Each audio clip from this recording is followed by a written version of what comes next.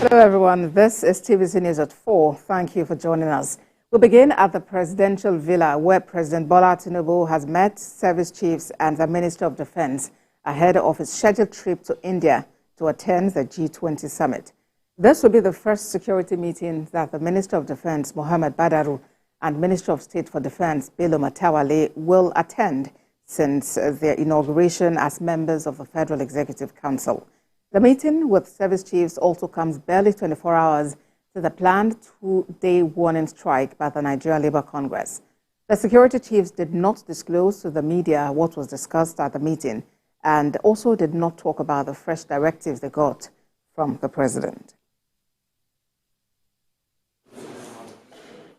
President Tinubu's meeting with service chiefs comes after a security report released by the Department of State Services revealing a plot by some elements in part of the country to stage violent protests to discredit the federal government and security agencies over sundry socio-economic matters. In a statement by the DSS spokesperson Peter Afunanya, intelligence reports reveals that the plotters of the protest include some politicians, ethnic-based associations, and youth. The statement also noted that some persons have been identified and are currently being monitored to deter them from plunging the country into anarchy. The DSS therefore advised vice-chancellors and heads of tertiary institutions to discourage students from engaging in acts capable of disrupting the public peace. The statement also reads, quote, "While the DSS is aware of government efforts and determination to resolve some of the challenges confronting the nation, it warns those desirous of subverting national security to retrace their steps," end quote. The federal government has appealed to the Nigeria Labour Congress to shelve its planned nationwide two-day warning strike scheduled to start on Tuesday. Labour and Employment Minister Simon Lalong says government is determined to strengthen the nation's economy and end the hardships being faced by the people. According to the NLC, the action is to protest government's seeming inability to respond to the challenges posed by the removal of fuel subsidy, among other issues.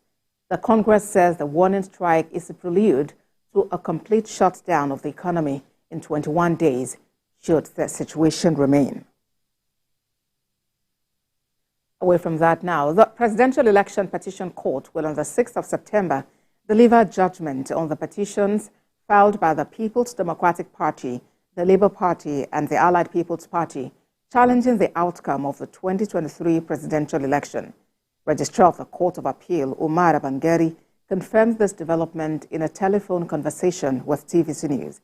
The Labour Party, PDP, and APM had petitioned the tribunal seeking to nullify the election of President Bola Tinubu as the winner of the 2023 presidential election.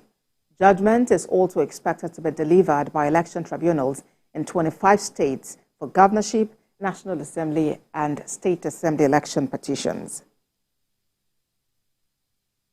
Governor of Lagos State, Babajide Sanwo-Olu, has presented a new list of commissioner nominees to the State Assembly. Former Commissioner for Health, Akin Abayomi, and former Commissioner for Information and Strategy, Benga Motosho, are on the new list. In a letter addressed to the Speaker, the governor says the new list represents a broad political spectrum and diverse background. Recall the State Assembly earlier rejected 17 nominees submitted by the governor over undisclosed reasons. Still in Lagos, the Blue Line Rail earlier today commenced commercial operations, with Governor Babajide Sanwo-Olu and some select persons taking the first ride. The first phase of the rail line extends from Marina to Mile 2, with 5 stations located in Marina, National Theatre, Igomu, Alaba, and Orile. Operations commenced from Marina to Mile 2 train station, with Governor Sanwo-Olu taking the first ride at about 9:45 a.m.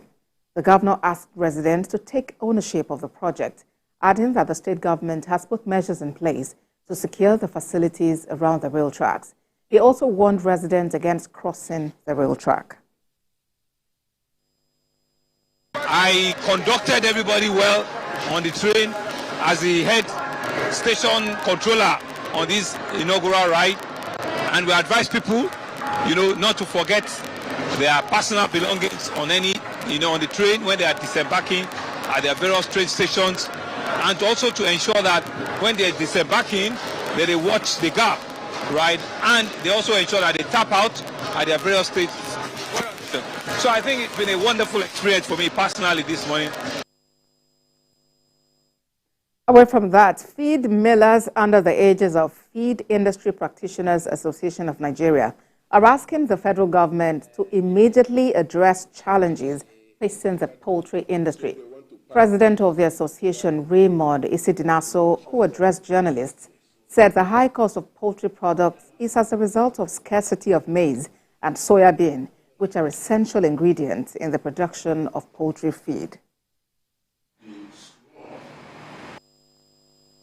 The government, through its agencies, to release the promised maybe between 200 to 500,000 metric tons of grains from the strategic grain reserves urgently, in order not to continue a geometrical progression in the dwindling agricultural production, especially livestock production.